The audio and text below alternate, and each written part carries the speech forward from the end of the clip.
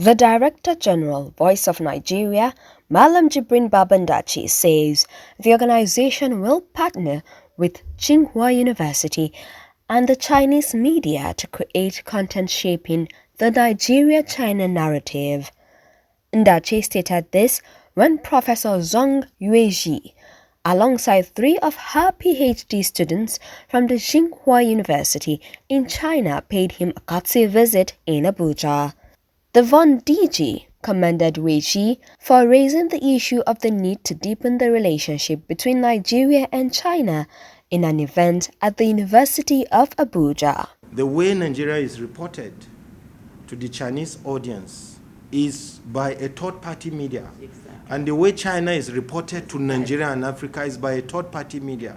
And that is why a visit like this is to close that gap, to ensure that we understand and create content and tell our story from our own perspective.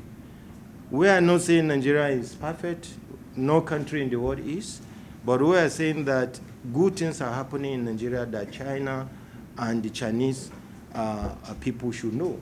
In doing that, we don't have to wait for other people to report us. And that, I look forward to your PhD student working on this, because I took note while she was talking about how the media can interact on the global south. That is how the media should interact.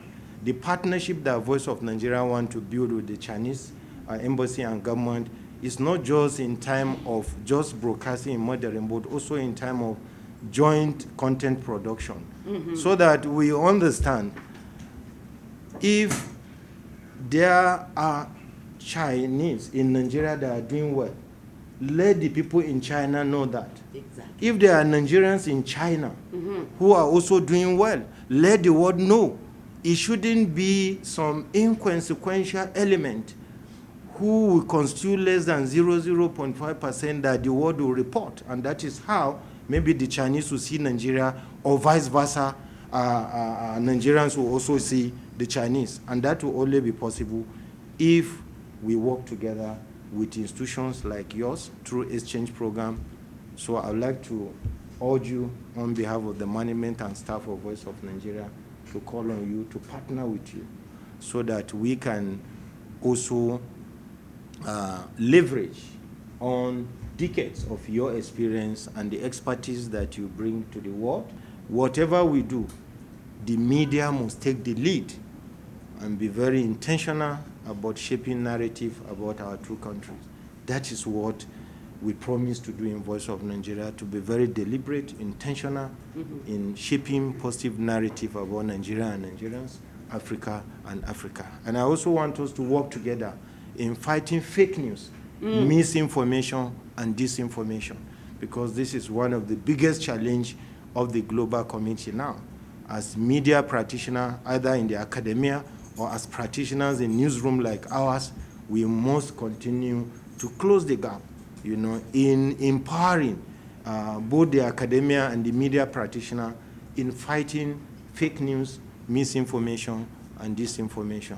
I believe the relationship between China and Nigeria will continue to grow when the media play its role in taking the lead in shaping positive narrative about our own countries. Speaking, Yueji expressed delight and satisfaction with the warm reception at Von, adding that face-to-face interaction is sometimes better than reading issues of the books.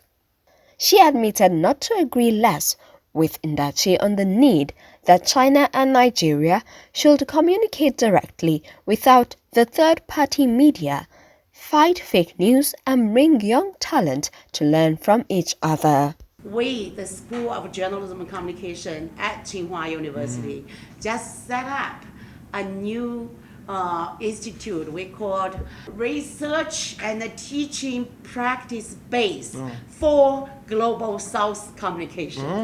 It's a brand new research and teaching center, particularly designated to promote communication for the global south of the Global South, and of course by the Global South, right? So that was just set up late last year, and I think it's in that spirit, and I'm the director of that. So that's why, we are very keen, and these are all my, brilliance and most senior students from our school, and they are committed to do research on Global South communication. And of course, when we mean Global South, I think, at least for many of us, we had Africa in our forefront, because for Chinese, we always remember that Chairman Mao has a famous saying that it was the African brothers who brought China into the United Nations on their shoulders, and it's for us, we owe a great gratitude to African countries. And especially, I think also for China and Nigeria, we, on the spot, we learn you have such a long history and rich humanizational achievements. The only thing for us, for Chinese, is, yes, we have a long history, we have a continuity.